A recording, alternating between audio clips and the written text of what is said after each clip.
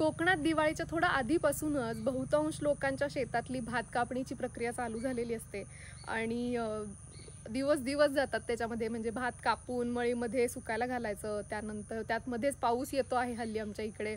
त्यानंतर परत ते कवळायचं, बांधून ठेवायचं, आडोशाला झोडायचं, परत पेंडा सुकशी घालायचा, यामध्ये भरपूर दिवस जातात. त्यामुळं कोकणामधली दिवाळी खूप तामझामात साजरी नाही होत, अगदी साध्या पद्धतीने साजरी होते. या व्लॉगमध्ये आमच्या घरची दिवाळी आम्ही कशी साजरी केली ती तुम्हाला बघायला मिळेल, तर व्लॉग शेवटपर्यंत नक्की बघा.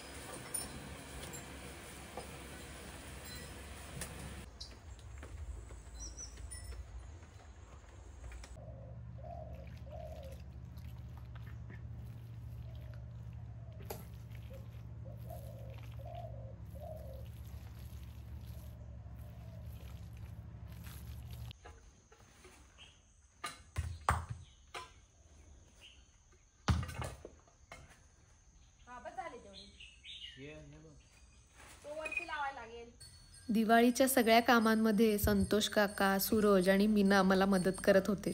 त्यामुळे किल्ला आणि आकाशकंदील बनवणं सोपं झालं. तो मोठा लागेल. हा ढकल बरं, उचलू नको, ढकल.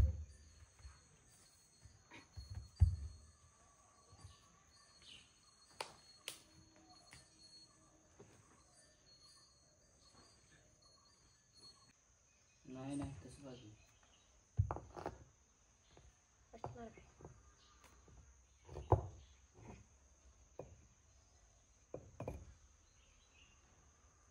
ले आज झालं ते, ले आज झालं ते. काय हे? नाही नाही इकडचं हे हां पहा बरं, राहत नाही ना तिकडं, पडतोय असा. आता लावायला लागेल उलटा.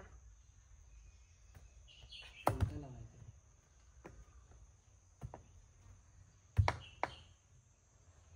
राहील काय? राहील. खालून लावायला पाहिजे काहीतरी त्याला.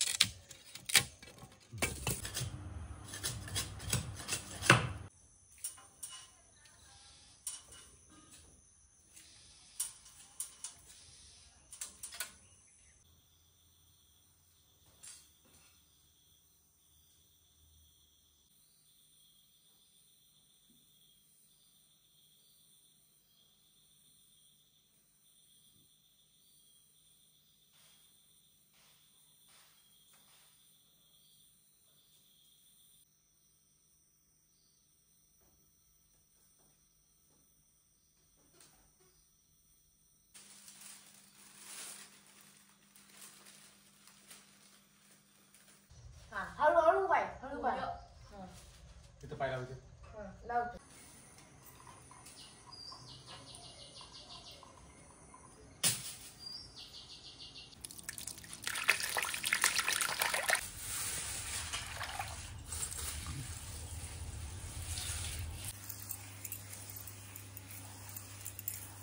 दरवर्षी दिवाळीला लागणारं जे उटणं असतं ते आम्ही विकत न आणता घरच्या घरीच तयार करतो. त्यासाठी काय काय सामुग्री लागते ती आता माझ्या समोर आहे. मी तर तुम्हाला दाखवते कसं तयार करायचं ते. कचोरा घालतीये, दवणा आहे, मरवा, नागरमोथा, मंजिष्ठा, कपूर कचरी, मुलतानी माती. हे सगळं छान एकत्र करूयात आपण. ह्याच्यामध्ये तुम्ही चंदनाची पावडर, वाळ्याची पावडर किंवा थोडंसं डाळीचं पीठ, मसूर पीठ, तांदळाचं पीठ सुद्धा घालू शकता. आणि तुम्हाला जर वासासाठी आणखीन गुलाब पाकळ्यांची पावडर किंवा जस्मिन पावडर घालायची असेल तर ती सुद्धा घालू शकता. आणि ही असं एकत्र करून ठेवलेली पावडर, हे जे उटणं आहे कोरडं, तर ते तुम्ही अगदी वर्षभर सुद्धा वापरू शकता.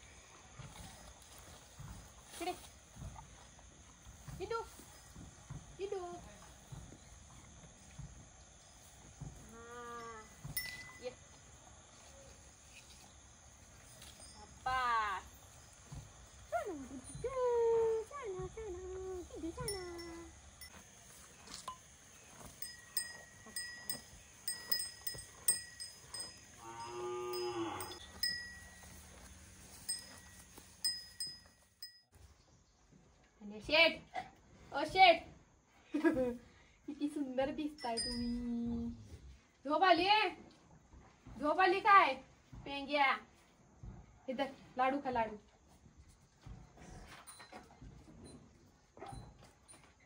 साव, सांगू नको. एवढी झोप आली? खाता खाता पेंगतय. हा म्हणे गण्या. अरे अरे, हो देणार, खाली देणार. हा, अरे अशी काय करताय?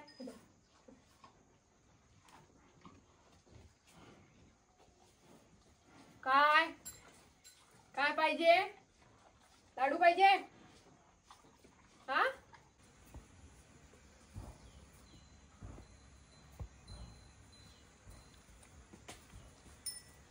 हो मागे ओवाळणार तुला पण.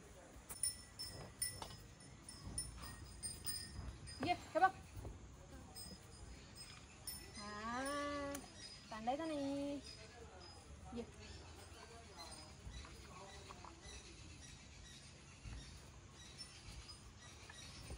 शाबास शाबास, संपलं.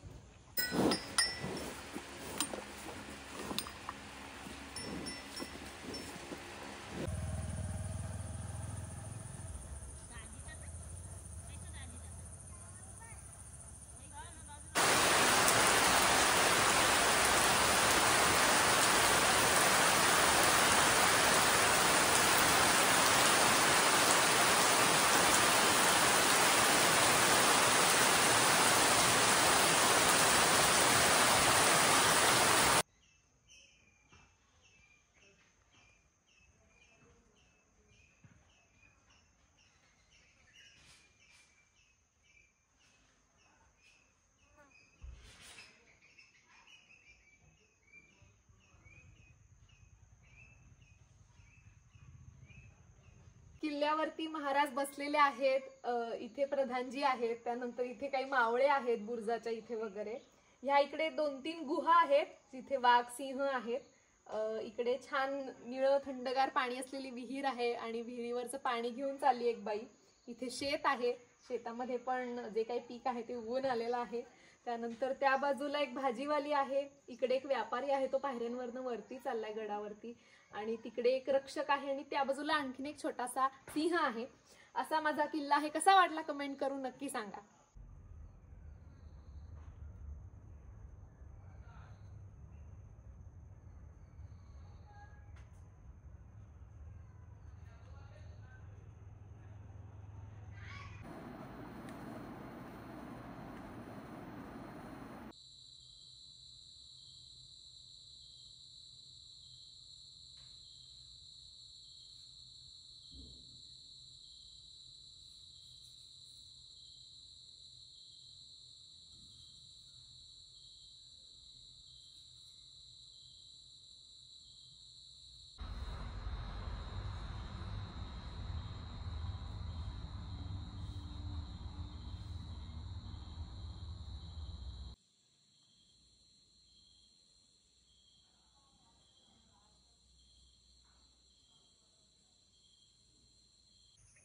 नरक चतुर्दशीला लागणारी कारेटी, त्याचा वेल परस्वात असा राखून ठेवला होता. आवळीवरती गेलाय हा वेल. वेल सुकत आलाय पण कारेटी भरपूर आहेत.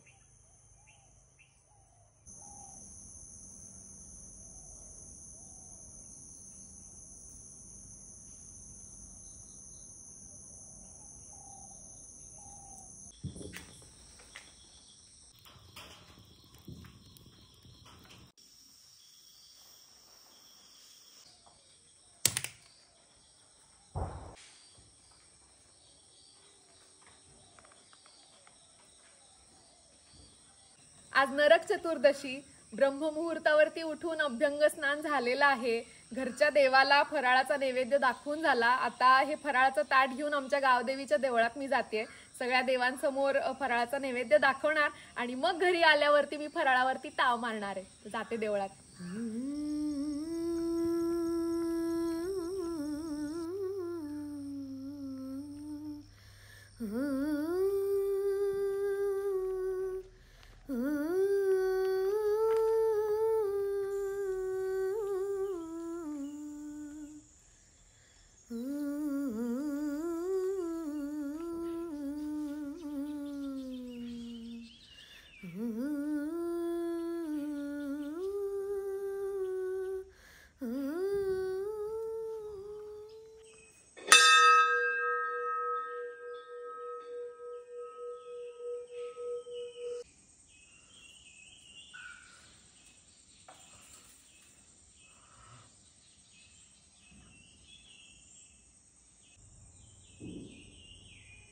नरक चतुर्दशीला फराळाबरोबरच आमच्या इकडे पारोशाचे किंवा घोसावळ घालून केलेले पोहे खायची पद्धत आहे.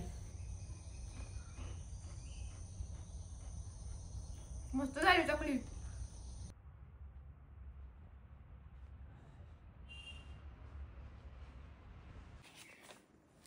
मी आता रांगोळी काढणार आहे.